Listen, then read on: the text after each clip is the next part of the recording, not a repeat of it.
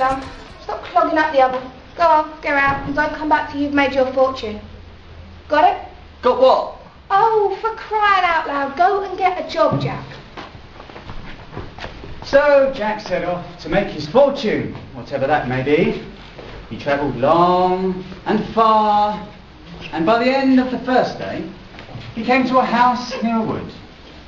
The farmer, seeing he was tired and hungry, offered him food and a bed for the night. In the morning, the farmer asked Jack if he needed work, and he said, "Why, yes, I do." Well, it's like this, lad. You see, I had this herd of cattle. Needs minding, like. 'Cause they can be a stroppy lot, you know. They keep wandering off all over the place. So if you does this job for me, I'll be well pleased. But a word of warning, boy. Don't go into that field there yonder with them fruit trees.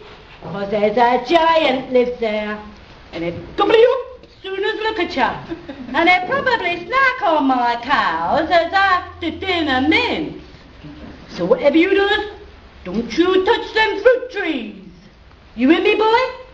Well, that's fine. We're getting on just fine. So Jack set off to mind the cattle. They were indeed a stroppy lot. Yes, very stroppy lot. That's better, yes. And a few short, sharp kicks from one mobile milk machine later, Jack found himself on the fence, nursing his bruises and idly contemplating the fruit trees next door. Oh, look at those apples. They look like the juiciest apples I've ever seen. And pears, and plums, and green gages too. Oh, I don't know what that is, but it looks mighty tasty. So Jack made up his mind. He just had to have some of that fruit dangling temptingly in front of him. Checking no one was around, he ducked under the fence and crept towards the trees. What do we have here? A scrumper? What? No, I was just checking them for freshness, inspecting they were safe from insects.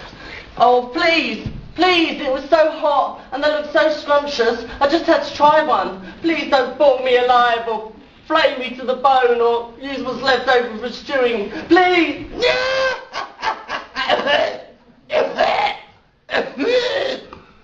Oh, I'm not as young as I used to be.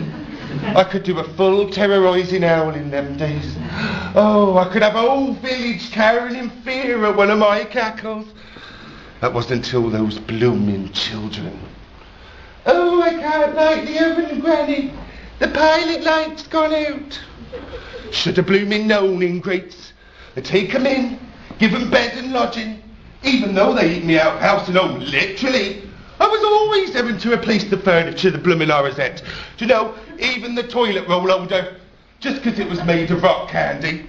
And then I wake up one day and they turn on me. Head first in the oven, and they bugger off down the street with us half of a gingerbread door and 2 slices of Battenberg banister. Do you know, that's the last time I run a model apprenticeship scheme. What are you going on about? Oh, where was I? Sorry, I was in the wrong story. Right, don't you worry, Jack. You've got nothing to fear from me. Although that apple looks nice, let's have a bit. So, after an unnecessarily long rant, the witch sat down with Jack to share the fine succulent fruit. Oh, that was lovely. I feel all refreshed now. I'll give you something for your kindness. Something very special indeed. This sword is charged with magic and spells from the dawn of universe, charged with the power of the earth, forged with the energy of the universe. All will see this and despair. Is that true? No, probably not. But whoever you stab with this sword will be sure to fall down dead. Good, eh?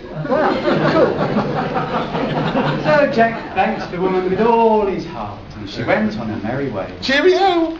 In truth, Jack was worried about the giant, and whether he'd soon appear and take revenge for the stolen fruit. Soon enough, it was not long before the giant approached. Who's eaten all my fruit? Was it you? Was it you? Who's eaten all my fruit? It's all ruined now, you know. Crikey! In his panic, Jack had climbed into a tree to escape from the giant, and he'd completely forgotten about his sword and wasn't even using it. You in that tree. You're the thief.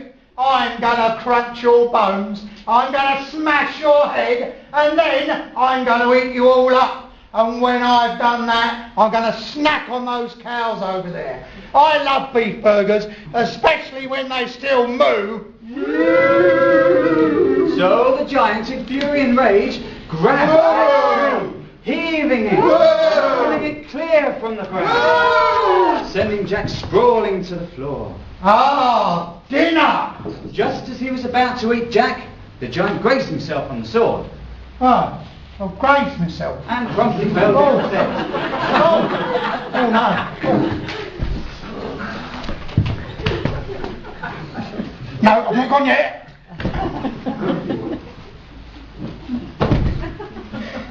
And so Jack defeated the giant. Hooray! And when he got his breath back, made his way to the giant's castle and told the steward that the giant had been defeated and all were free. Hooray!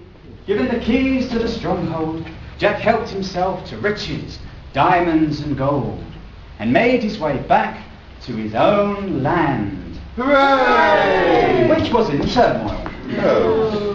Death and destruction everywhere. People were laying to waste. Cattle were flames. People were weeping and crying and shut up! And telling Jack in calm and collected voices that an evil fire-breathing beast had arrived and was conquering the land, demanding one young boy or girl each day for snacks.